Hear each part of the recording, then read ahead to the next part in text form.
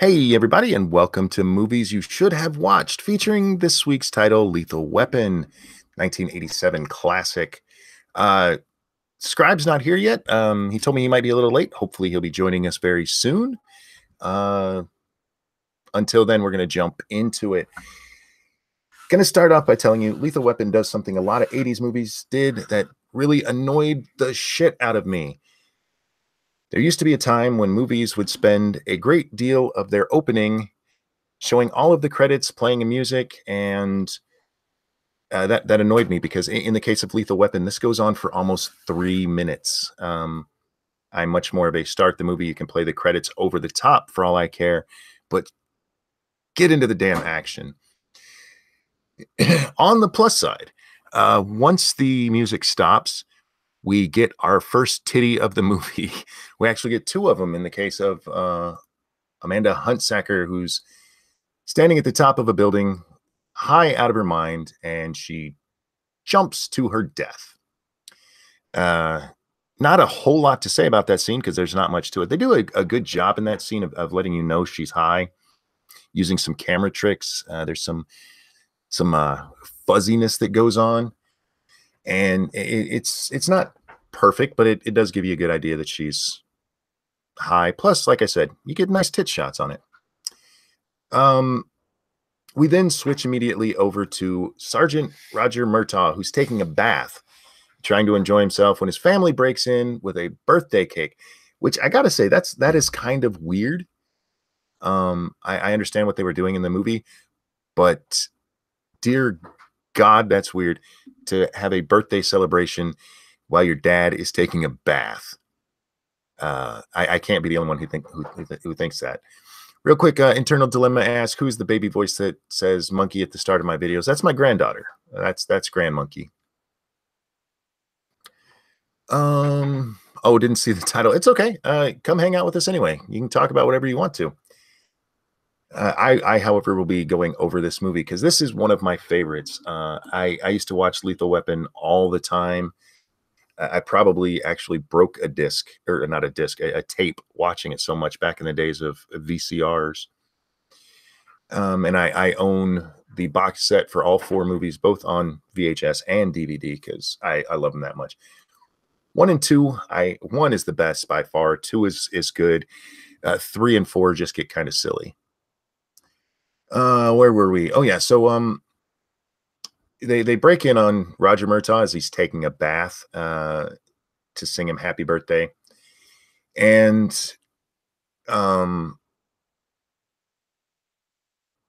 sorry here. Anyway, we get to meet his family, and then next we cut to meet our other main character, Sergeant Martin Riggs.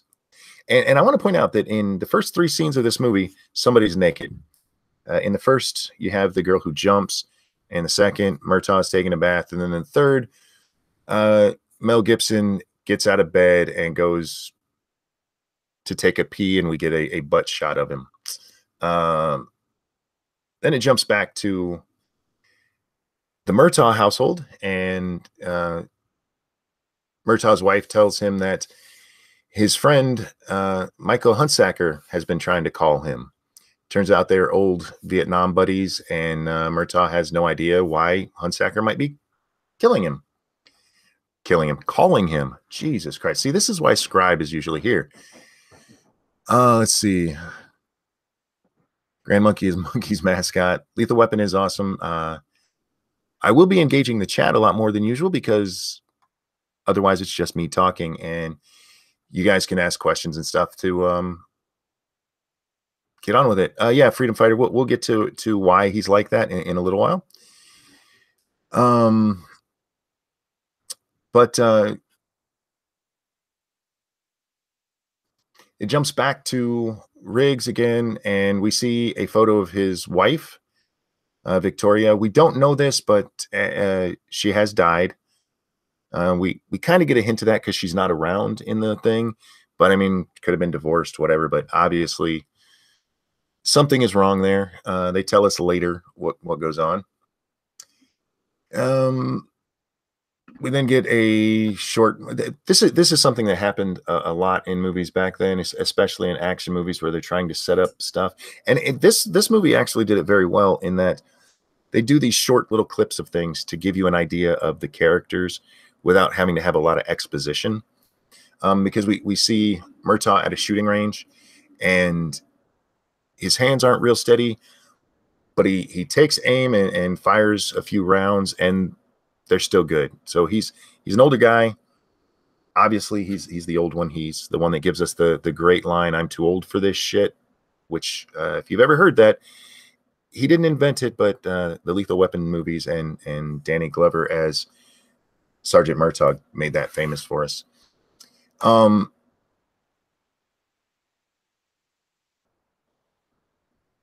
da, da, da, da.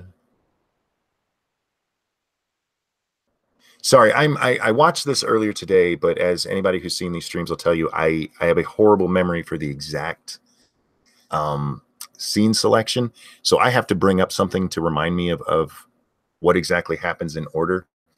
And the one I pulled up is actually from the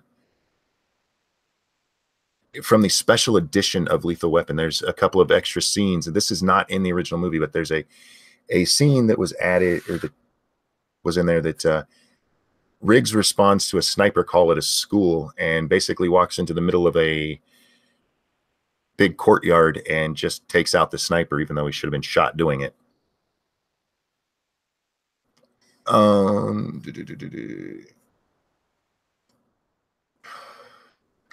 The next scene that we would see in the real movie is when Murtaugh responds to a call about a female jumper at a high rise, and that is Miss Amanda Huntsacker, the titties we saw at the beginning of the movie. He gets there, and when he hears the name Huntsacker, it clicks in his mind. His buddy Michael's been trying to get a hold of him. The next scene is one of my favorites, and it should be one of your favorites too. BG, what memory? Yeah, my memory is shit, guys. I am so sorry that I have to read this as I'm going because I watched the movie this morning. So Drunkle says, who hasn't seen Lethal Weapon? You'd be surprised. There's a lot of people younger than me who hasn't seen this shit. It's one of the reasons we started doing this series with movies people might not have actually seen. Like we did The Last Boy Scout, which is a great movie. We did Tango and Cash, another great movie. And these are movies that don't have the name of Lethal Weapon, never had sequels, even though some of them should have. So those are great movies, and they're great to highlight. But there's also so many great movies from that era that people today just haven't seen. Jesse Green, SDA may not have seen it. I would bet money SDA hasn't seen Lethal Weapon. Okay, where were we? Yeah, the next scene we come to, Mel Gibson, Martin Riggs, is sitting at a table in front of a couple of cocaine dealers, and he actually tests cocaine and to make sure it's good. And the guy's asking me, how was it? And he goes, that's good stuff. And he goes, well, how much for a tree? And the guy goes, you want a tree? He goes, I tell you what, I'll give you the best tree on the lot, but the stuff is going to cost you $100. And Mel Gibson's like, wow, $100. He goes, that's steep. His wallet and counts out just $100. And one of the drug dealers puts his hand on it. He goes, no, 100,000. And it's just such a great movie or scene for Martin Riggs, because if you tried that with a real drug dealer, they'd have shot him. They'd shoot you without even asking, and then just take your $100. But Riggs throws down his badge. He goes, how about I just take it all and you guys go to jail? And my favorite line from the movie comes up. The drug dealers don't believe that the badge is real, and they start laughing and say, this fucker's crazy. And Mel Gibson goes into a little bit of a Three Stooges routine, starts rubbing his face real fast, doing the eye boops and stuff. And he pulls out his gun and puts it on them. And he goes,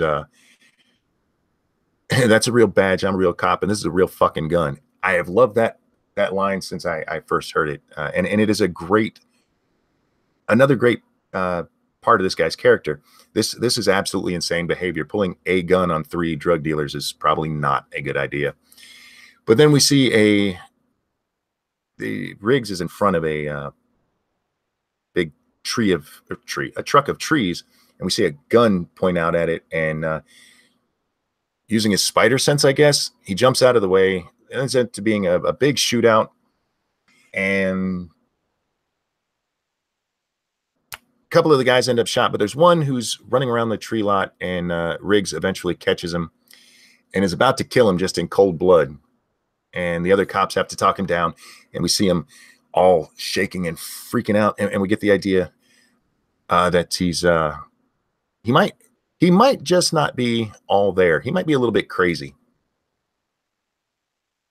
And we find out later that yeah he is. Excuse me.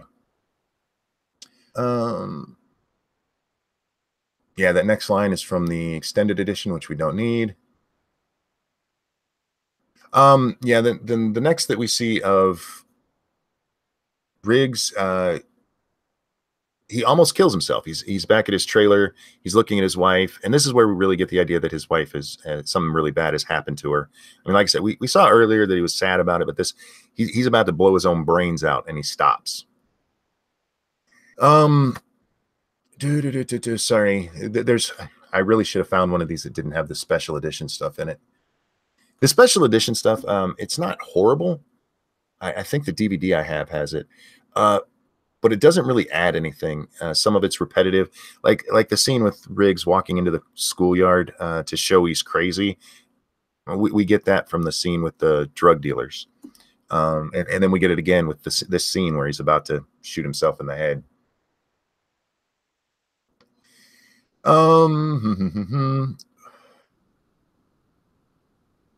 Where are we?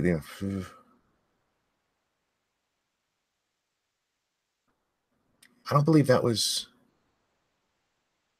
So the captain assigns Riggs and Murtaugh to work together in homicide because Riggs had been working narcotics, and now he's been switched to work homicide with Murtaugh. When Riggs and Murtaugh first meet each other, Riggs is sitting in the police station. He leans against a filing cabinet, and he takes out his gun, and he starts fidgeting with it, and Murtaugh runs over, yells "gun," and runs at Riggs, who's like, where the hell's a gun? Realizes that Murtaugh's running at him, flips him over, and actually puts his gun on him. And the captain introduces Murtaugh to his new partner. Next, we see them walking down to their walking down to the car, where they talk about what weapons they have. Riggs is using a 9mm. Murtaugh has the old Smith & Wesson. And Riggs makes the comment that that's what a lot of old timers use. And they're just it's a good opening moment. Doesn't show it's not horrible. I don't think it was necessarily needed for the movie. Let's see, Ranting Monkey. The cocaine didn't help either.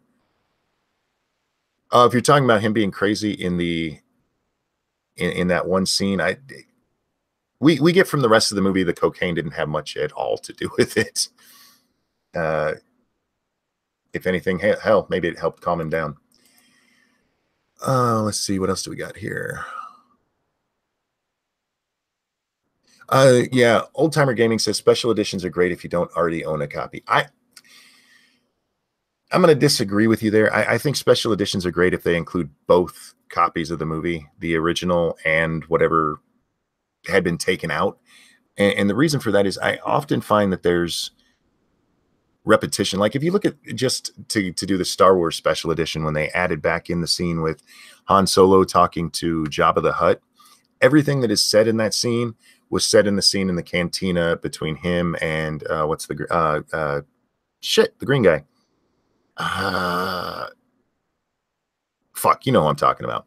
So a lot of times when they add back in scenes, the reason those scenes were cut is because that information is elsewhere. It's repetitive. So yeah, there's just a lot of it that I don't think is needed. So I like special editions that have both, so that if you don't want to see that extra shit, you can still see the original. No, not Boba Fett. What the hell's that dude's name? Somebody help me out. Guido. Not mullets are the haircut of the gods. And you know what? I'm going to be honest with you. The mullet worked for Mel Gibson in this movie. So let's see. These two get together. They're going to go investigate this. Investigate what's going on with Amanda Huntsacker. Where are we at next? Mr. Joshua and Mr. Mendez meet up with General McAllister. And this is where we're introduced to the bad guys of the movie. And Mr. Mendez is worried that things might not be going too well, and he's worried about making sure that the people working for McAllister are, let's say, sane, because he actually calls Mr. Joshua crazy. To prove how loyal Mr. Joshua is to Mr. McAllister, Mr. McAllister says, Mr. Joshua, give me your arm. And then he burns the motherfucker. Just takes a cigarette lighter and burns it on the underside of Mr. Joshua's arm. Mr. Joshua, played by Gary Busey. And this should have been a heads up, because Gary Busey played a crazy man way too well. But anyway, he actually holds it there till he's burned, and then lets him take it away. And, see, things will be fine. Sends him off on his way. Murtaugh finally goes to see Michael Huntsacker and inform him that his daughter was murdered, because while she did jump to her death, they did find that she had so much drugs in her system, she'd have died anyway, even if she hadn't jumped. And so Murtaugh has to tell Michael this, and Huntsacker tells him that he thinks Amanda was killed because of him, because of things he got into. And he tells Murtaugh that he wants him to find the guys who did this to his daughter and kill them. And he's like, I'm a cop. He goes, no, you owe me for things that happened in Vietnam. They never really tell us what that was.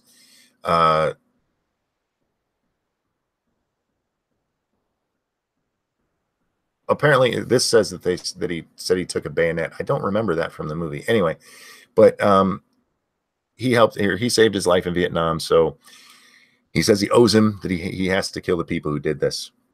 And then one of the most iconic scenes of the movie happens. Murtaugh and Riggs, as they're in their car, they get a call that there's a possible suicide jumper. And sure enough, they get to where they're going.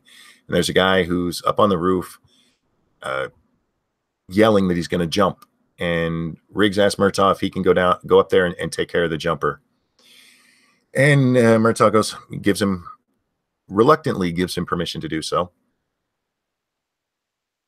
So Riggs goes up there, and he walks over to the guy slowly, and the guy's like, don't come near me, I'm going to jump. And Riggs does a very good job. He's very calm with him and talks to him nicely. He goes, look, dude, I'm just going to have a cigarette. And he goes, do you want one? And the guy's go, yeah. So he puts down a cigarette. He gets close enough where he can set a cigarette down where the guy can reach it. And then he goes to light the cigarette for the guy and cuffs himself to the jumper. And the guy starts talking about how he's going to jump. And this is where Riggs snaps. He goes, you want to jump? Let's jump. And he ends up actually pulling the jumper off the roof by jumping with him. And there's a giant inflatable mat on the ground, so they don't actually die. But the guy's yelling about how crazy Riggs is. This is a man who was about to kill himself, yelling about how the cop who got him down the hard way was going to kill him. This is another of my favorite scenes, because it again shows you how crazy Riggs is. There's the overwhelming theme throughout this movie that Riggs wants to die. But there's also the overwhelming evidence in this movie that he doesn't. We had the scene where he's about to shoot himself in the head, and then there's the scene where he jumps off the roof here. And again, if you have the special edition, the one where he walks into the middle of the courtyard, he does all of this dangerous stuff, but he never goes to the extreme to where he's actually going to get hurt. When he jumps off the roof, I mean, he knows where he's jumping. He's jumping into this mat, and you really get the idea if you pay attention to it. If you put too much thought into it, as somebody like me or Scribe has, there's never really the idea that he wants to die. It's more that he just wants the pain to end, and that is different. That is different. So in the next scene, Murtaugh grabs Riggs right after he jumps and takes him into a little. It kind of looks like a deli that's been closed down, but for some reason the door's still open. And he's asking him, do you really want to die? What the fuck is wrong with you? And this is, for me, the most dramatic scene of the whole show, because they or the whole movie. There's this really intense conversation between the two, and Murtaugh's clearly upset about what just happened, and this kid he's partnered with who seems mental, and Riggs tells him, every day I think about pulling a bullet in my brain every day. And he goes, you know why I don't do it? The job, the fucking job. That's what keeps him going. Tells him he's got a special hollow tip bullet at home for when he finally, he's when he finally does it, but he's not going to do it because of the job. And Murtaugh tells him just to stop fucking around and do it. And he actually gives him his own gun, and Riggs, he goes, just fucking do it. And I can't do the scene justice by talking about it, but what ends up happening is Riggs actually pulls the trigger on a gun that's put underneath his chin to blow his own head off. And the only reason it doesn't work is because Murtaugh shoves his hand into the hammer, so the bullet doesn't actually get smashed and fire. And it's an intense scene, because it's the first time that that Riggs is actually going to kill himself, from what we've seen. In every other instance that we've seen up to this point, he is not going to do it, and he's just pushed by Murtaugh to do it. And if you pay attention to the, I don't do it, or it's because of the job, and then he has this somebody on the job telling him, just do it. It puts a little more impact to it. Anyway, it's an awesome scene. It's one of the best of the whole series, just for dramatic impact. Let's see. Oh, and there's an argument going on throughout the department about whether or not Riggs is just trying to draw psycho pension, or if he's actually crazy. And after Riggs tries to pull the trigger, Murtaugh looks at him and goes, "You're not trying to draw a pension. You actually are crazy." And there's a great moment where right after he says that, Riggs looks at him and goes, "I'm hungry," and then just walks out. So they go, and the next scene you see is they're kind of like on a bridge somewhere, and Riggs is eating, and Murtaugh's on a very old-fashioned looking cell phone talking to the psychologist, who's explaining what's happened. And it's that Riggs is crazy because of what happened with his wife. And I can't remember if we've been told this or not, but Murtaugh's getting ready to retire, and he's really worried. He's got this crazy guy that's going to end up getting him killed. But Murtaugh gets back in the car, and this is the first scene where we see these two kind of bond a little bit. He's muttering to himself. Murtaugh's muttering to himself, and he makes a mention about how this happens on his 50th birthday, and Riggs goes, I didn't know that. And Murtaugh goes, "No, what?" And he goes, "Your birthday. I didn't know it was your birthday. Happy birthday, man." And he goes, "Yeah, right." And he goes, No, seriously, happy birthday. If we live long enough, I'll buy you a present." And they both have a laugh. And then we see a great little argument in the car because Riggs lights up a cigarette and Murtaugh, it's like, no, you can't smoke in my car. And Riggs, well, how about if I open the window? And it's a great little scene, which actually is the first one where we see these two bond.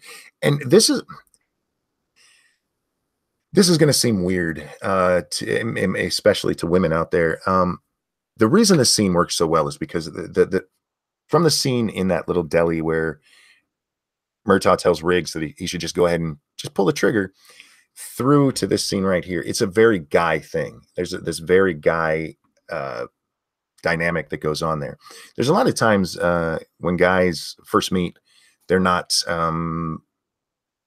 really good friends until they have some kind of physical clash. And while these two didn't actually fight, it was a very, what's the word I'm looking for here? A very violent moment, really.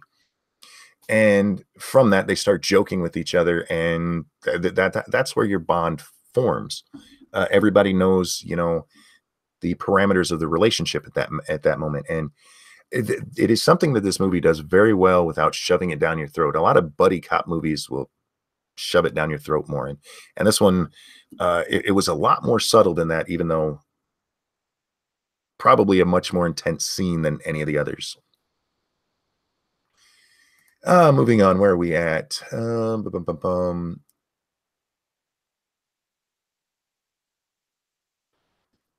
I'm trying. I'm sorry, guys. As I'm reading this, I have to make sure whether or not I'm reading something from the real movie or the. Okay, yeah. Riggs asks Murtaugh where they're headed to, and tells him, there's a pimp that we're going to go see that Amanda supposedly worked for. And as they get there, there's a couple of more naked chicks, which is always appreciated. And suddenly even though they're just showing up at this place and nobody knows who they are, theoretically, somebody with a shotgun appears and starts trying to shoot at them. Murtaugh shoots the man in the leg, and there's a great little exchange here where he goes, "See, I shot him in the leg. We don't have to kill everybody."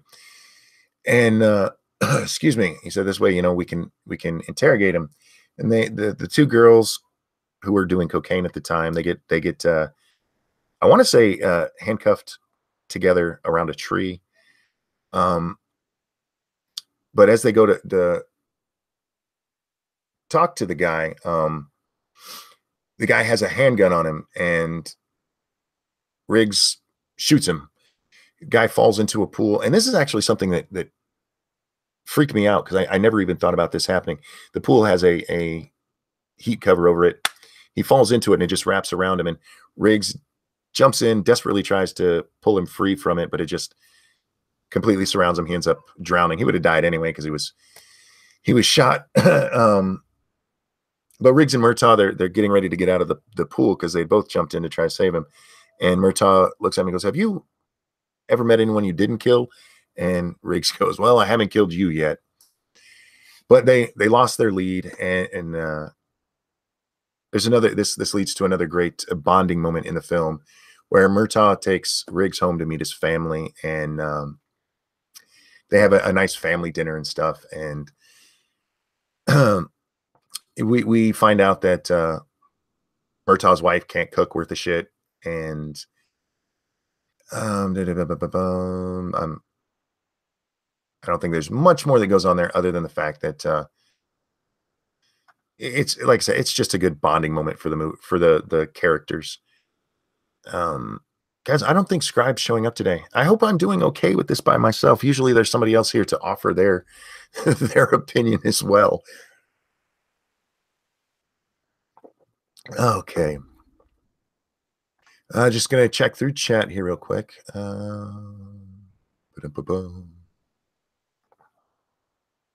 All right. So we have that scene, and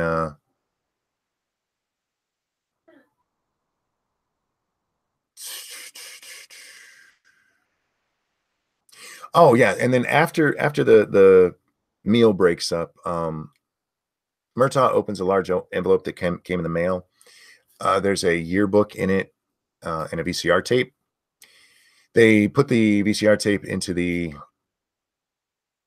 VCR, and it's Amanda. She's running around half naked with some other woman. Um, and then Murtaugh looks in the yearbook and sees pictures, and Amanda has a twin sister. Uh, the next scene shows Murtaugh and Riggs go to the firing range, and Murtaugh is proud of how he does a really good shot or shooting cluster on his. I apologize, my mind just went completely blank. The clustering he did on his target, and so then Riggs puts up his target, and he just sends it like way the hell downrange. He just keeps going. He's whistling, waiting. Uh, Pulls out his gun, empties the clip, the magazine, for those of you who are gun enthusiasts and get mad about the term clip. And then he brings it back up, and when the target gets in range, we see that it has two eyes and a smile from what Riggs shot at it. He just kind of hands it to Murtaugh, who sighs at it. Um,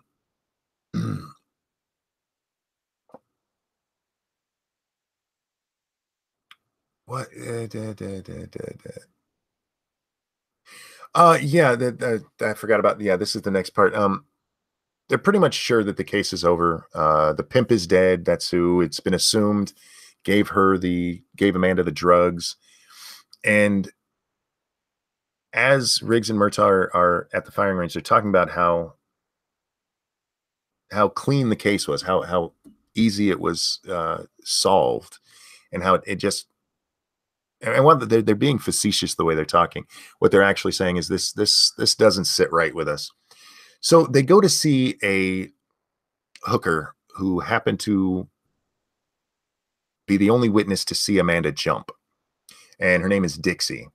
And so they go to see her, and right as they get there, her house explodes. Uh, that's a pretty obvious sign that there's something wrong. Um, but there's some kids there who they end up getting a description of the guy who had been at Dixie's house. And there's actually a great scene here because they're going to get a police artist to have the one kid who did see the guy. You can have a police sketch artist come and sketch it, and Riggs makes the comment, "Great, we'll say APB, all units be on the lookout for Big Bird." But it turns out that the guy who had been seeing Dixie has the same tattoo that Riggs has, which is a special forces tattoo. It's a tattoo only special forces guys have. They also find a mercury switch in the wreckage of Dixie's house, and we get a basic description of Mr. Joshua, and we find out, okay, this was a professional hit. This was it's not just a gas main that blew. Somebody with special forces training took her out. Okay, real quick, let's see what we have. Yes, Dixie the hooker.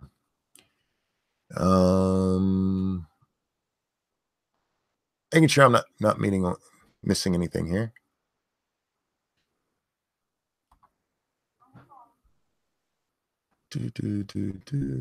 Irate Bear asked if Scribe died. No, he may or may not show up.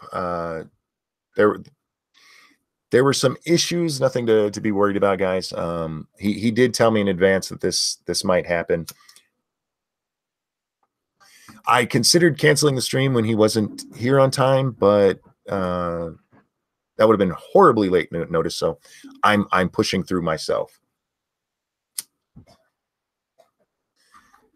Let's see, where were we? Okay, so we had just had Dixie die, and we just got the description of Mr. Joshua.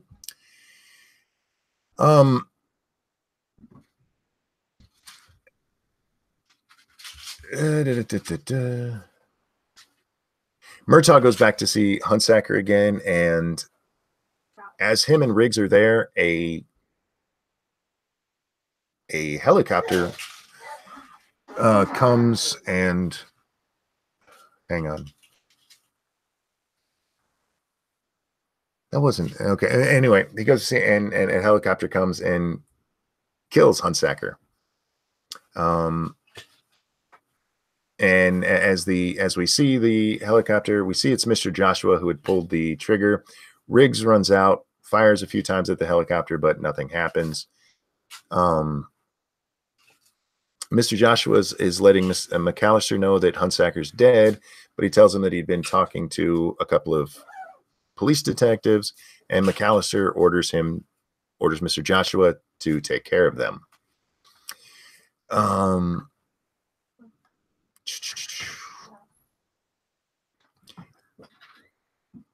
See, here we are. We have another scene where that's not from there.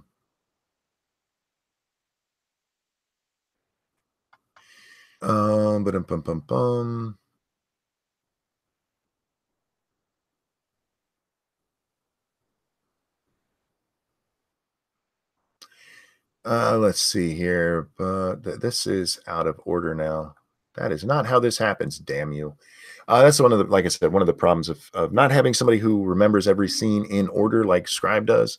And again, for those of you who just got here, I did watch this morning. It's just my memory kind of jumbles everything together.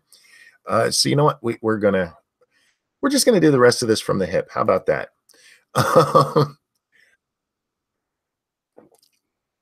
Yeah. Riggs did fire a lot of shots into the helicopter. I'm sorry if I gave the wrong number. Like I said, I was going by that there. Lethal Weapon 1 through 4 is up on Netflix. That is true. That's actually where I watched it this morning. I do own the DVDs, but I just watched it on Netflix because I was at my computer and it's much easier. Windows 10 doesn't have a built-in video codecs, so I do have one I can use, but it's just a lot easier if it's on Netflix or Amazon for me. But if you guys haven't seen this or you haven't seen it in a long time, make sure you do watch Lethal Weapon. So Huntsacker's dead. Damn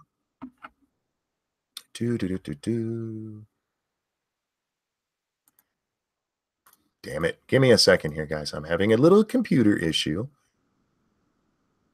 because things have not gone bad enough yet. Sorry about that. Let's see. Yeah, so Riggs is out on the street talking to a prostitute. He's trying to find out if anybody knows Amanda Huntsacker, and Riggs ends up getting shot. It's a very movie scene. He gets shot and it hits him so hard it actually sends him through a plate glass window. That's not actually how bullets work, but Murtaugh rushes over to him. He's wearing Riggs is wearing a bulletproof vest, which probably smart, and is another sign that as much as Riggs probably has a death wish, he doesn't really want to die, because if he wanted to die, he wouldn't bother with such a thing. And Murtaugh gets a call of trouble at his home. Him and Riggs, they rush back, break in the front door, and they find a note indicating that Rianne, Murtaugh's oldest daughter, has been kidnapped. And as they're there, phone rings, and it's Mr. Joshua telling Murtaugh to stay close to the phone for further instructions. Joshua pretends to be he calls the police department, and he's pretending to be a reporter, and he says, you know, we heard about this story going on, and then an officer was hurt, and the dispatcher confirms that Martin Riggs has been killed, even though he hasn't. Riggs and Murtaugh are talking, you know, about what they're going to do, and Riggs says, you know what, we have an advantage. They think I'm dead. So Murtaugh has to go meet the bad guys in the desert to get his daughter back, and he drives out there, and he drops off Riggs before he gets to the meeting place. And Riggs sets up a sniper rifle in a prone position. He's down behind some desert grass, sagebrush, whatever the fuck it's called out there. And then we see this limo and a SUV and a helicopter all coming up, and they stop, and Murtaugh says, "I want to see my daughter." They pull Rihanna out of the back of the limo, and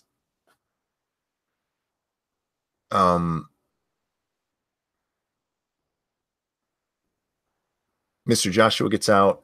One of the guys tells Martin that he needs to remove his hands from his pockets because he is standing there with both hands in his pockets, and he does, and he realizes that he's holding a grenade, and the pin is already pins out, and he wants his daughter released, or they're all going to die.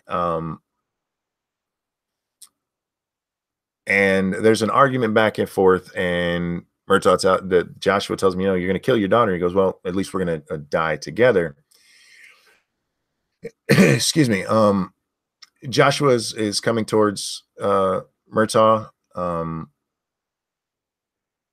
and he shoots him in the shoulder. Murtaugh drops the grenade. Everyone starts scattering, and turns out the grenade is just a smoke grenade. And Riggs starts shooting.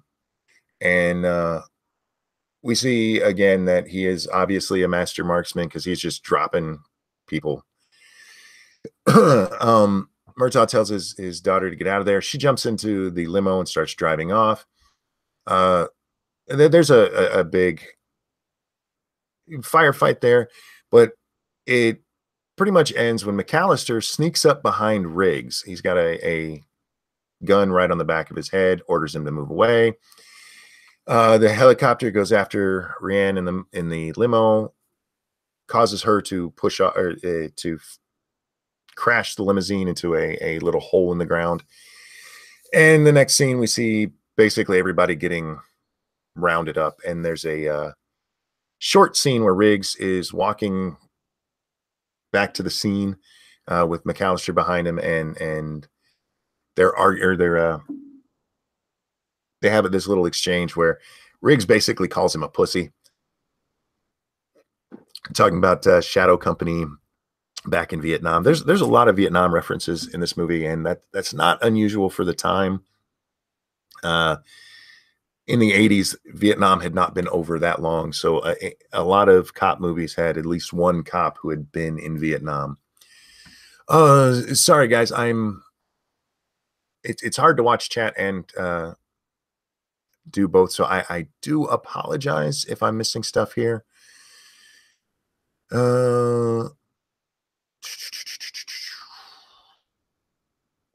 Okay, I'm not seeing anything that I've missed too much of. I was asked if I've seen the Lethal Weapon TV series. I have not, and I don't know if I ever will, because I really don't want them to ruin this for me. If you go from something like this that you love so much and they change it in any way, it has a way of ruining the whole series for you. I'm not a big fan of what they did with Lethal Weapon 3 and 4, but at least it kind of makes sense in their continuity. But if I saw the TV show and they changed too much of it, if Martin isn't crazy because his wife died for at least, the first half of the movie or the series, I would be insane. Okay. So next we jump to the aftermath of the desert scene. Everybody's been captured, and Joshua's there. He's about to interrogate Riggs, who is hanging from some ropes. His hands are tied, and he's hanging actually from a hook. And there's an Asian man there named Endo. Me and Scribe have talked about this actor. His name's Al Leong. He was in a lot of movies with bit parts where they needed just somebody Asian. He's got a very, very small part in Die Hard. He's the guy that eats the candy bar when the SWAT team shows up. Anyway, Joshua explains to Riggs that this guy just knows all kinds of stuff about torture. And there's water dripping down on Riggs, and Endo has these sponge things hooked up to what looks like jumper cables, and they just start electrocuting Riggs. What they want to know is how much Michael Huntsacker had told them, and Riggs is like, he didn't tell us shit. We don't know anything, and that's the whole reason that we find out. That's why they're so worried about the two cops that Huntsacker had been talking to. They want to know how much he told them, and in truth, he really didn't tell them very much at all. Nothing that would. The funny part about this movie is if they'd stopped right there, if they just killed Huntsacker and left, they probably never would have found out what happened. But since they went after Riggs and Murtaugh, they gave them the people to look for. Anyway, so yeah, Joshua tells Riggs, if you just tell me what you know, I promise I will kill you quickly. And Riggs goes, well, hey, I guess we're in for a long night because I don't know shit. And that's when the torture begins, and it's just another movie where Mel Gibson gets tortured. So anyway, excuse me. We get back to it. There's a time jump there because we don't see Riggs just tortured the whole time, but we see Riggs hanging there. He just looks defeated. Whether he's supposed to be unconscious or not, I don't know, but he's definitely, been through some hell. And Endo tells Joshua, look, he doesn't know anything. No man could withstand that. And Joshua goes, all right, kill him.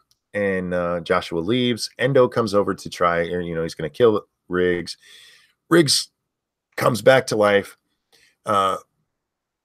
pulls himself up a little bit to where he can get his legs around Endo's neck and breaks his neck.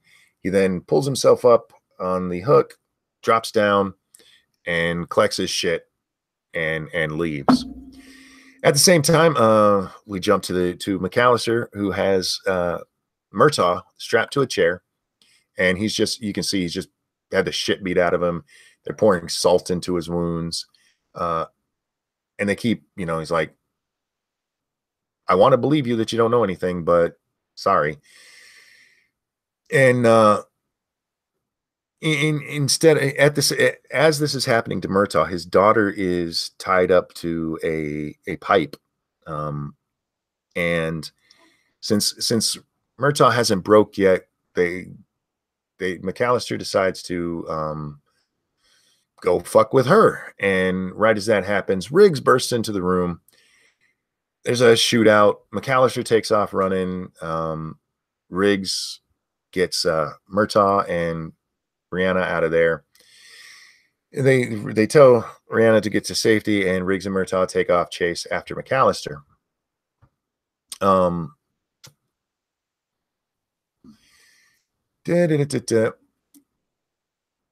Whoops. They split up to chase different people. Murtaugh is going to go after McAllister, and Riggs is going to go after Joshua, there's a great scene here that makes no damn sense at all. This is something that happened in several movies like this too. Murtaugh takes off, or Riggs takes off running down the street after Joshua, one holding a giant gun, and he ends up finding him on the freeway. They are running, but Joshua steals a car. But yeah, Riggs, there's no way he would have found him. But he manages to find him a little bit. But Joshua gets away anyway. McAllister, on the other hand, comes driving out of a garage kind of thing down a alleyway towards Murtaugh, who lines up, does his little neck move like he had done way back at the beginning and when he was at the shooting range, puts a bullet right through it, causes the car to crash and flip over. Unfortunately, there are drugs in the car, but also a grenade, several grenades actually, that explode and blow the hell up. Riggs gets back to the scene, talks to Murtaugh. Murtaugh explains that McAllister's dead, and Riggs tells Murtaugh that sorry, Joshua got away, and Murtaugh, you see this look of horror on his face, like, dude, he knows where I live. So they get a car, they drive off, and the scene switches to outside of Murtaugh's house, where there's a couple of cops, and Joshua pulls up on them and kills them, and breaks through the Murtaugh door, and looks all around. There's nobody there, but there's a note on the tree that said, "Dear bad guys, no one's here but us good guys." And at that moment, for some reason, instead of having been set up to snipe him, a police car comes crashing through the living room wall, and Joshua runs over there to see who's driving the car, but it turns out it's just been rigged up to drive itself. There's a nightstick pushed into the gas, and as he's looking in the car, Riggs approaches and has a gun to Joshua's head. And this is where the movie takes its most unbelievable turn.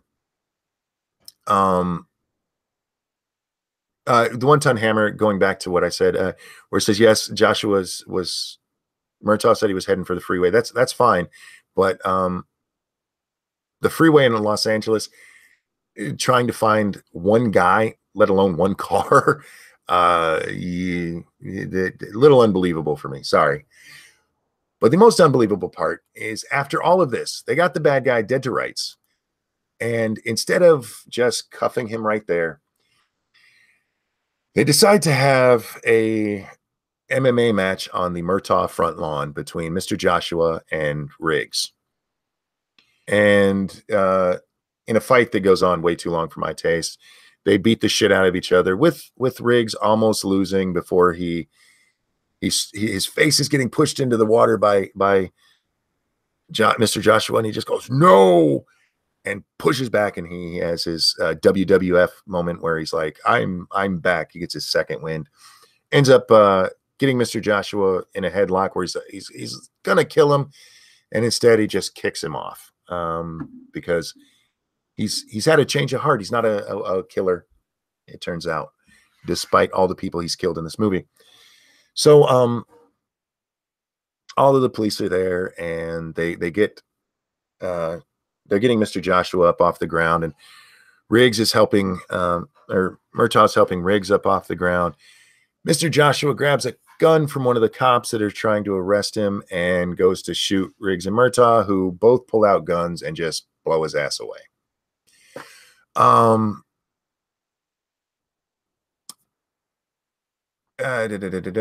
then the movie goes, and we see Riggs at the Murtaugh home. He knocks on the door. He's all beat up.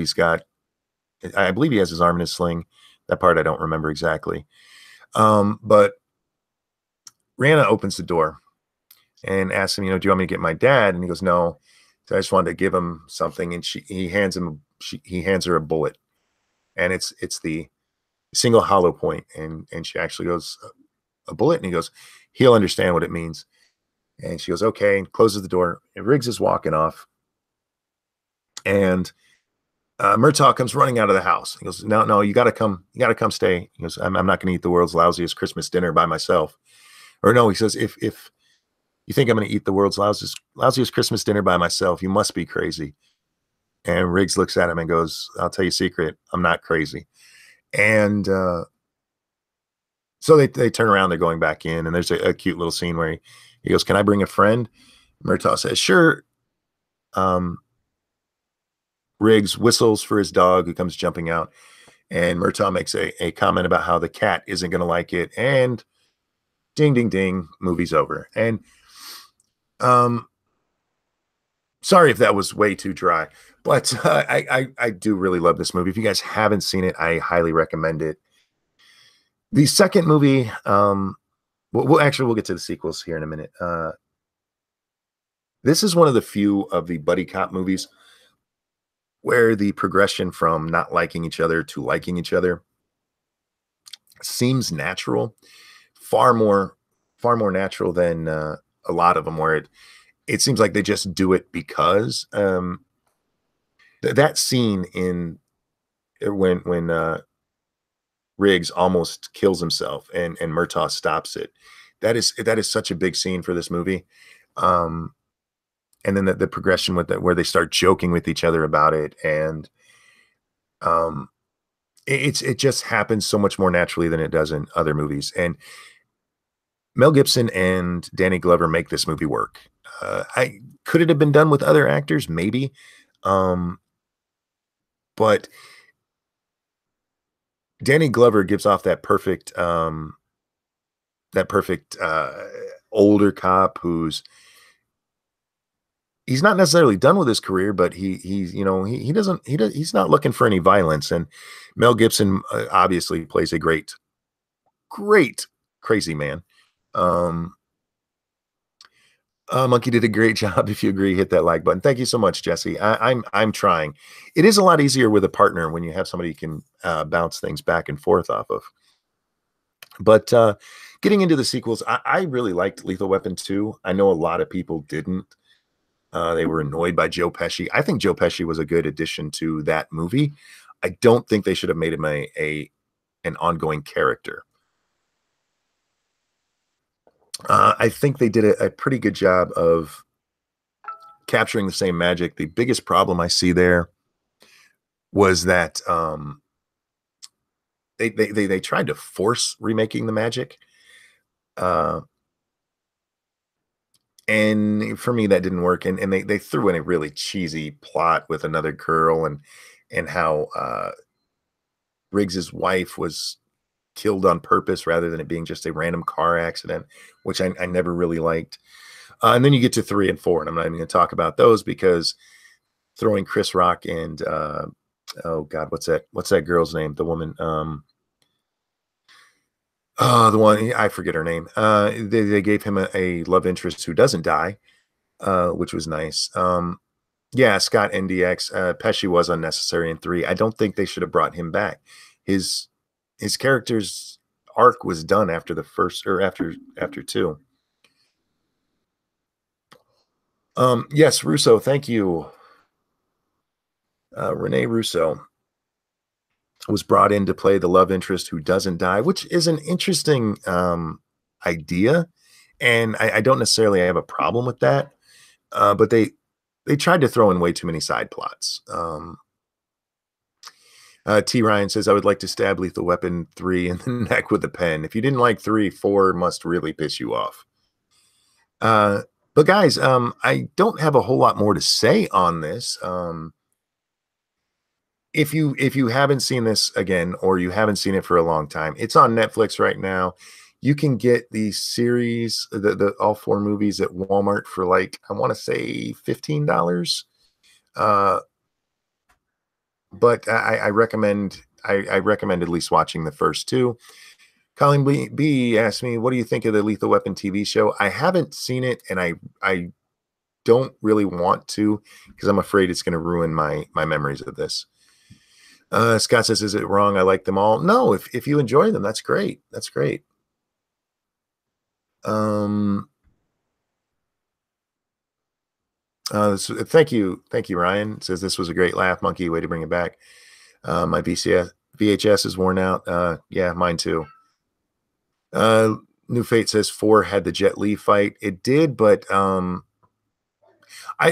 me, the problem with 4 is that they were turning Riggs into Murtaugh, and we still had a Murtaugh, so there was no reason to suddenly make him this old man just so Jet Li could beat the shit out of him. But guys, I am going to wrap this one up. Thank you so much for watching. I don't know what we're going to do next week, what the plan is for the movie that it'll be on Scribe's channel next time. Presumably next week at 3 p.m. Eastern Time, 12 Pacific, same as this one was. But keep an eye on Lords of the Night, and we will let you know. And with that, guys, thank you so much for watching, and I'll see you next time. Bye, guys.